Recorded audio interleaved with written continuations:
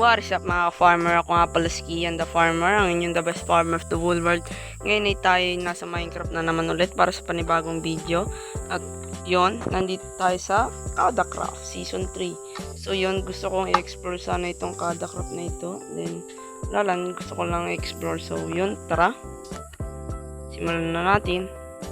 So yun guys, ba't gusto ko ba itong explore? Wala lang, parang gusto ko magkaroon lang ng content. Tapos tuturo ko din sa inyo sa dulo ng video kung paano ko ito na-download, din kung paano ito nakukuha. So yun, explore muna natin to. Then wow, ito yung tindahan ni Ate Lady Sue. Then ano ito? Yeah, kay Wetsky, at Kuya Wets. Then ito yung police station nila guys.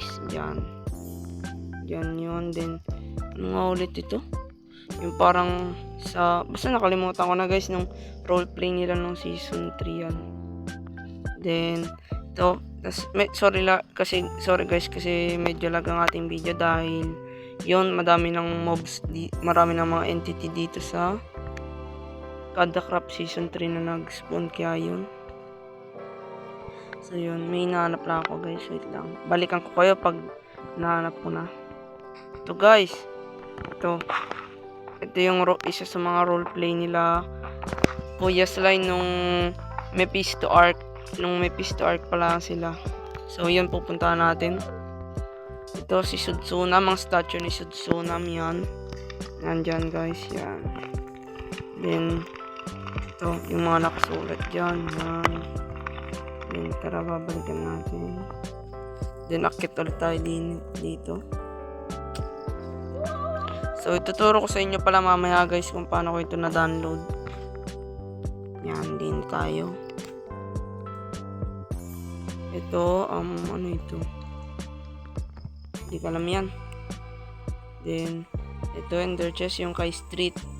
Kay Street ito. Tapos si Kuya Ray. Rest in peace, Kuya Ray, I miss you. Yan. Then ito yung KGT. Yung KGT nila, yung maganda dito. Ang meaning ng KGT guys ay kada got talent. Yan. Maganda yan. Ito naman TNT.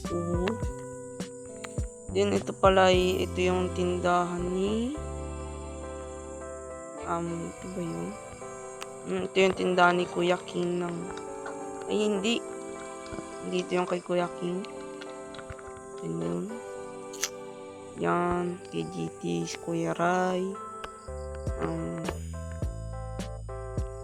Yung police station nila, dito sila Ate Lady Sue, tsaka si Kuya Wens.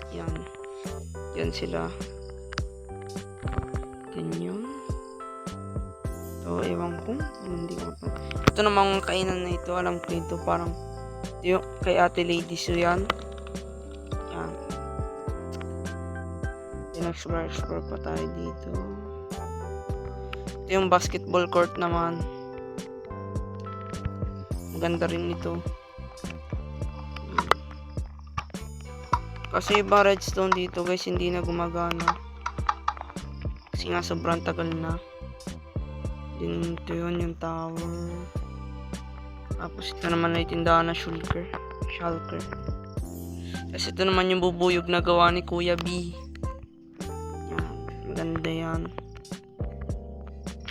Siguro guys, kung wala din Kadacraft, di din ako nag-YouTube ngayon, tsaka di rin ako wala din Panda SMP ngayon.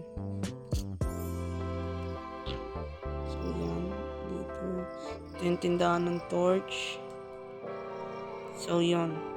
Ito yung STM ni Kuya Sly. Meaning ng STM ay Sly the Miner. Then yun. So baka merong magtanong, Kuya Kian, Kadacraft member ka po ba? Ang sagot ko po dyan ay hindi. Kasi ito'y installed lang. Then ito'y basta hindi ako Kadacraft member. So sana maging Kadacraft member ako. Coming soon. Malay nyo. So So, yun, dito. Explore lang tayo dito. Then, yun, papakita ko na sa inyo kung paano ko na-download itong world na ito. So, yun, tara. So, syempre, ang una nyong gagawin ay pumunta sa comment section at tignan ng aking pinned comment. Doon nakalagay ang link ng Kada Craft Season 3. So, yan. Pindutin lang natin ito. Yan. Pagka-click, hintayin lang natin yan. Kaya, babalikan ko kayo guys. Kaya, yun. Babay muna, kaya babalikan ko kayo. A few moments later. A few inches later. 2 hours later. 1 eternity. Pagkatapos natin i-download, syempre, pupunta na tayong Play Store. So, pipindutin, i-download natin itong sa Archiver. So, open na natin kasi na-download ko na yan. Then, punta tayo sa downloads. Hanapin natin yung Kada Craft Season 3 Pro. Yan. So, hold natin. Rename. Then, tanggalin natin itong zip. Yan, guys. Press and view. Wait, guys.